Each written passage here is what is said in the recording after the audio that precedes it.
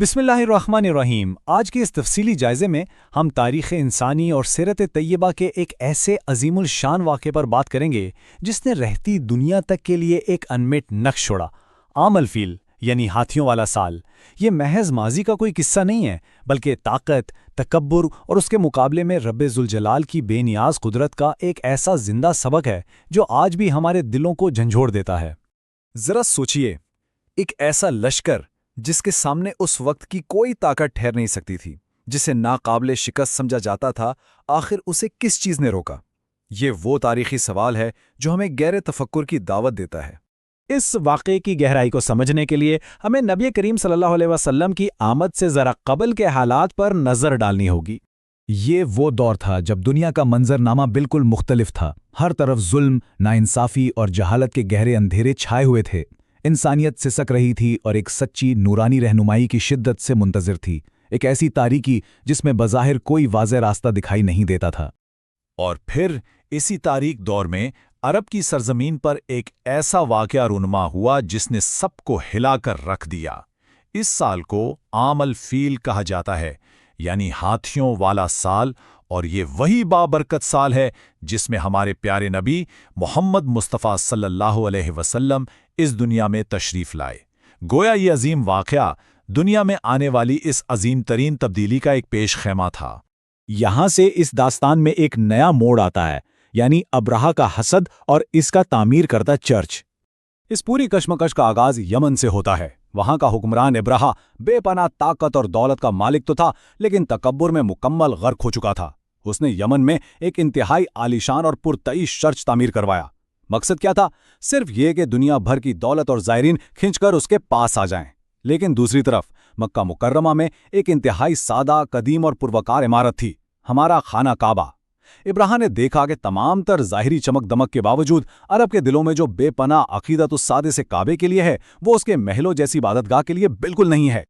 یہ سچی عقیدت ابرہہ کے غرور پر ایک بہت بڑی چوٹ تھی۔ اقتدار کے نشے میں اندھے ہو کر اس نے ایک انتہائی خوفناک فیصلہ کیا۔ اس نے سوچا کہ اگر یہ لوگ میرے بنائے ہوئے چرچ میں نہیں آتے تو میں اس خانہ کعبہ کا نام و نشان ہی مٹا دوں گا۔ یہ کوئی عام بات نہیں تھی، یہ سیدھا رب ذوالجلال کے گھر کے خلاف اعلان جنگ تھا۔ اور پھر اسی تکبر کے نتیجے میں مکہ کی طرف ایک ہولناک پیش قدمی شروع ہوئی۔ ابرہہ صرف دھمکیاں دے کر نہیں رکا، اس نے اپنی پوری عسکری طاقت جمع کی اور مکہ کا رخ کیا۔ اس لشکر میں ہزاروں مسلح جنگجو اور گھوڑے تو تھے ہی، لیکن جو چیز سب سے زیادہ دہشتناک تھی وہ تھے اس کے دیوے ہیکل ہاتھی۔ ان ہاتھیوں کی قیادت محمود نامی ایک بہت ہی عظیم الجثہ ہاتھی کر رہا تھا۔ ذرا تصور کیجئے، عرب کے لوگوں نے اس سے پہلے جنگ کے میدان میں اتنے بڑے ہاتھیوں کا کبھی سامنا ہی نہیں کیا تھا۔ جیسے ہی اس ناقابل تسخیر لشکر کے قریب پہنچنے کی خبر مکہ والوں کو ملی تو پورے شہر پر ایک شدید خوف و ہراس طاری ہو گیا۔ مکہ کے نہتے اور بے سر و سامان لوگوں کے لیے یہ ایک ایسا خطرہ تھا جس کا مقابلہ کرنا ان کے بس سے بالکل باہر تھا۔ لیکن اس شدید خوف کے عالم میں حضرت عبد المطلب کا غیر متزلزل ایمان ہمیں ایک گہرا سکون دکھاتا ہے۔ جہاں ہر طرف مایوسی تھی، وہیں تاریخ ہمیں نبی کریم صلی اللہ علیہ وآلہ وسلم کے دادا حضرت عبد المطلب کی صورت میں ایک ایسی شخصیت سے ملواتی ہے جن کا ایمان پہاڑوں سے بھی زیادہ مضبوط تھا۔ ہوا یوں کہ مکہ میں داخل ہونے سے پہلے ابرہہ کے ظالم لشکر نے اہل مکہ کے بہت سے جانور اپنے قبضے میں لے لیے، جن میں مکہ کے معزز سردار حضرت عبد المطلب کے اونٹ بھی شامل تھے۔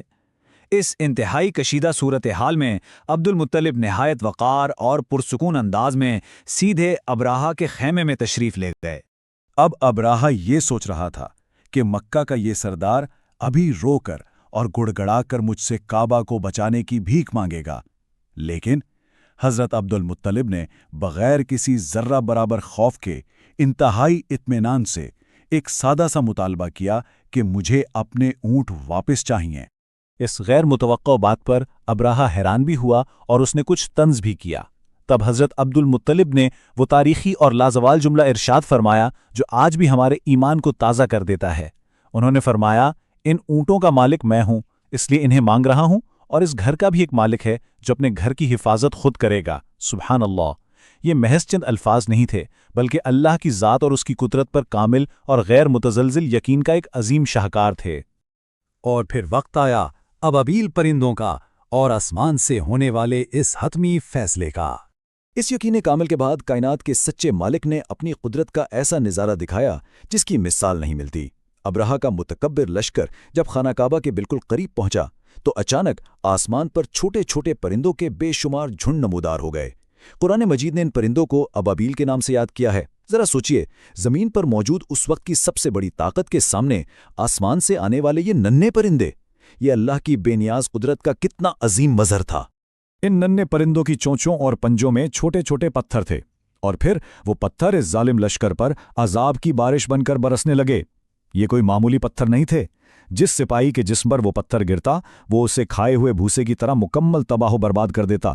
وہ دیو ہائیکل ہاتھی جو کچھ دیر پہلے انسانوں کے لیے ناقابل تسخیر بنے ہوئے تھے، اپنی ہی جگہ پر ساکت ہو کر بالکل بے بس ہو کر رہ گئے۔ اور یوں صرف چند ہی لمحوں کے اندر ایک ایسا لشکر جو طاقت کے غرور میں اندھا ہو چکا تھا، اسے بدترین ذلت کے ساتھ صفائے ہستی سے مٹا دیا گیا۔ اللہ رب العزت نے پوری دنیا پر یہ واضح کر دیا کہ وہ اپنے گھر کی حفاظت کے لیے کسی بھی دنیاوی فوج یا طاقت کا محتاج نہیں ہے۔ اس عظیم واقعے میں ہمارے لیے یعنی آج کے دور کے لیے کچھ لازوال اور گہرے اسباق پوشیدہ ہیں۔ یہ واقعہ محض تاریخ کی کتابوں میں پڑھنے کے لیے نہیں ہے۔ سورۃ الفیل میں محفوظ یہ واقعہ ہمیں قدم قدم پر یہ یاد دلاتا ہے کہ کائنات میں سب سے بڑا اور حقیقی محافظ صرف اور صرف اللہ کی ذات ہے۔ تکبر اور دنیاوی غرور انسان کو انجام کار یقینی تباہی کے کھڈ میں گرا دیتا ہے، اور سب سے اہم سبق یہ ہے کہ چاہے باطل کی کتنی ہی طاقتیں کیوں نہ اکٹھی ہو جائیں، وہ اللہ کے نور اور اس کے دین کو ہرگز نہیں مٹا سکتی۔ اسی لیے سچے اہل ایمان کو کبھی بھی نامساعد حالات سے مایوس نہیں ہونا چاہیے، کیونکہ اللہ پر کامل یقین ہی دراصل کائنات کی سب سے بڑی طاقت ہے۔ اور اب اس تفصیلی جائزے کے اختتام پر ہم سب کے لیے ایک سوال چھوڑے جا رہا ہوں۔ آج کے اس دور میں جب ہمیں بظاہر ناممکن اور انتہائی کٹھن حالات کا سامنا ہو، تو آپ کے خیال میں ہماری حقیقی طاقت کہاں چھپی ہے؟ کیا وہ ان ظاہری دنیاوی وسائل میں ہے، یا پھر اس قادر مطلق رب کی ذات پر کامل یقین میں جو تنہا ہر چیز پر قادر ہے؟ اس پر ضرور غور کیجیے گا۔